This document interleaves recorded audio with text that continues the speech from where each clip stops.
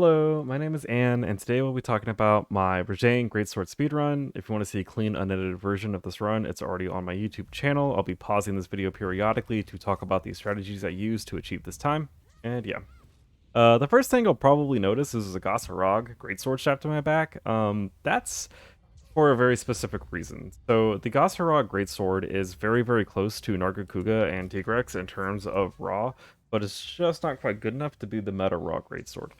But it has a little bit of ice damage tacked on. So if you were to equip Ice Attack 5, it becomes a little bit stronger with that ice against Rajang, Ragi, and Diablos purely because they have good ice hit zones for us. This doesn't mean you should go make elemental greatsword sets or bring like a Spirituna to fight Rajang. It's just this only works because the Gosharog raw stats are already extremely competitive, and that little bit of ice in the specific monster push it just over the edge. So yeah. For this opener, I want to ACS and touch Rajang so he looks at me, and I'll ACS through the roar and then go into Rage Slash. He doesn't actually get touched. He moves a little bit to the side. I'm really sad. So this opener is incorrect.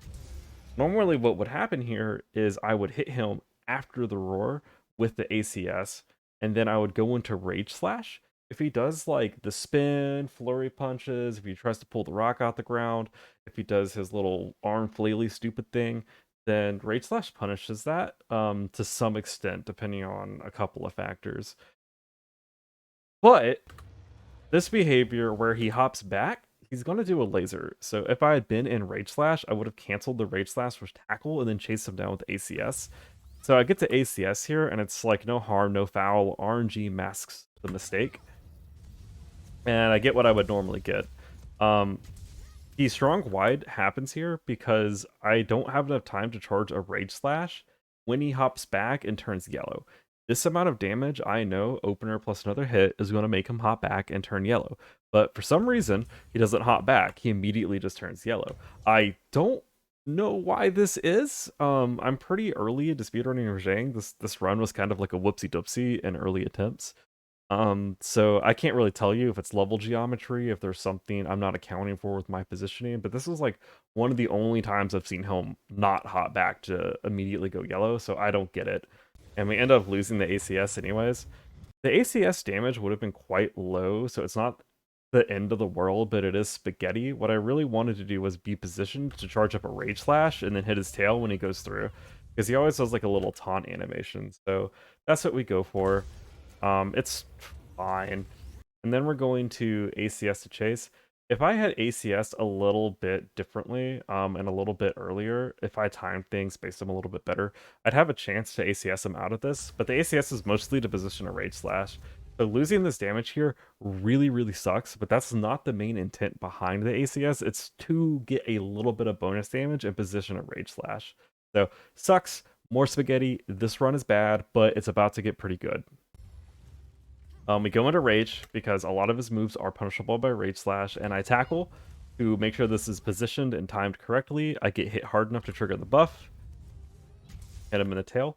I only went for level 2 right here because I know that this is enough damage to make him go into Super Saiyan, where he has like the big red arms and everything's going crazy. And I want to punish him immediately transforming, because if I hit him hard enough when he goes into that, he's going to get knocked down.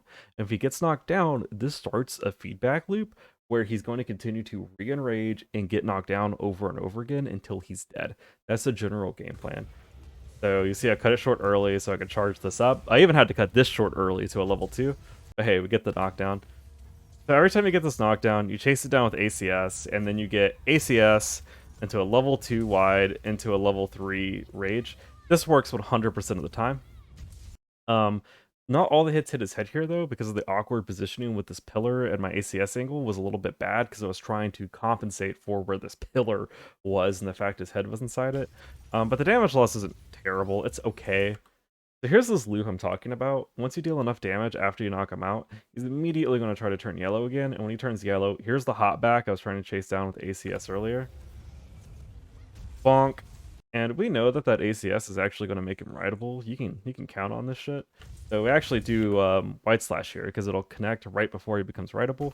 And then we could charge up the Rage Slash as the hit to mount him. So we get a little bit of extra bonus damage here. Everything's A-okay. Wall slam him once, boom. We're going to take a second wall slam because we're so close, so we don't really lose any time. Free damage. Right here, I want to draw in a very particular way so that I can land close to him, and then ACS. And I'll do ACS in a strong wide.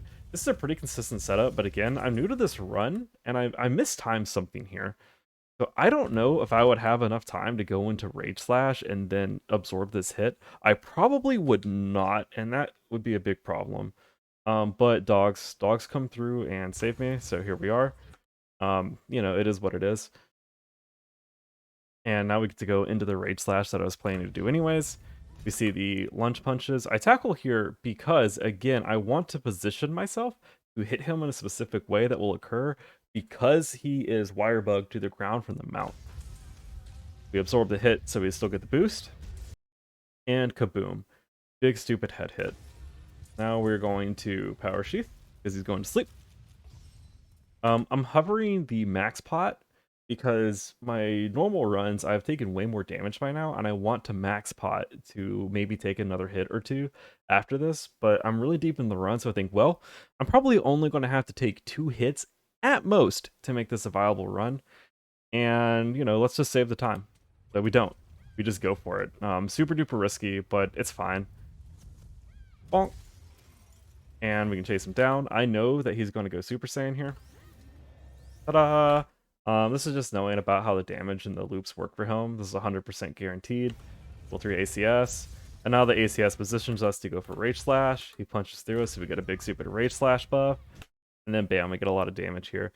Alright, so this is probably the best time for me to do my stupid rant about Rage Slash versus TCS. True Charge Slash is generally more damage opportunities, higher damage than Rage Slash, like actually. So you'll see it more often. But Rage Slash is really strong and it really does have a place in the meta, but there are conditions that need to be met to use it correctly. If you are not absorbing large hits every time you use it, I mean like almost every time you need to be using large hits, absorbing large hits. And if you aren't needing the ability to consistently redirect it to punish attacks that move around a lot, then Rage Slash actually isn't that good. Somebody I know refers to it as Cope Slash because you're just coping with the fact that TCS might be harder to hit than Rage Slash, but getting max value from Rage Slash does involve just about as much planning. So think carefully about matchups like Rajang, Tigrex, maybe like Barioth, maybe like Teostra, you know, some monsters that have like really awkward punish windows that move them around or that you have to do weird things to hit. Maybe use Rage Slash there, but again, you need to know the optimal usage of Rage Slash to make it compete with TCS. So really be considerate of that.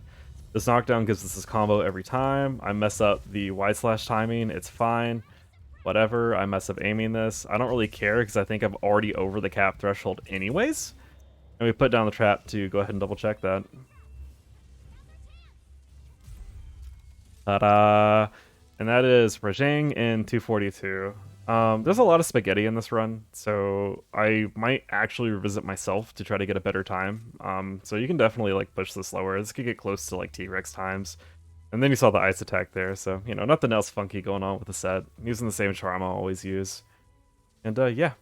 So that's all I really got for Rajang. Still new to this fight, still more to suss out. We'll see how it goes from here. And yeah, that's all I have for now. So maybe I'll see you again another time.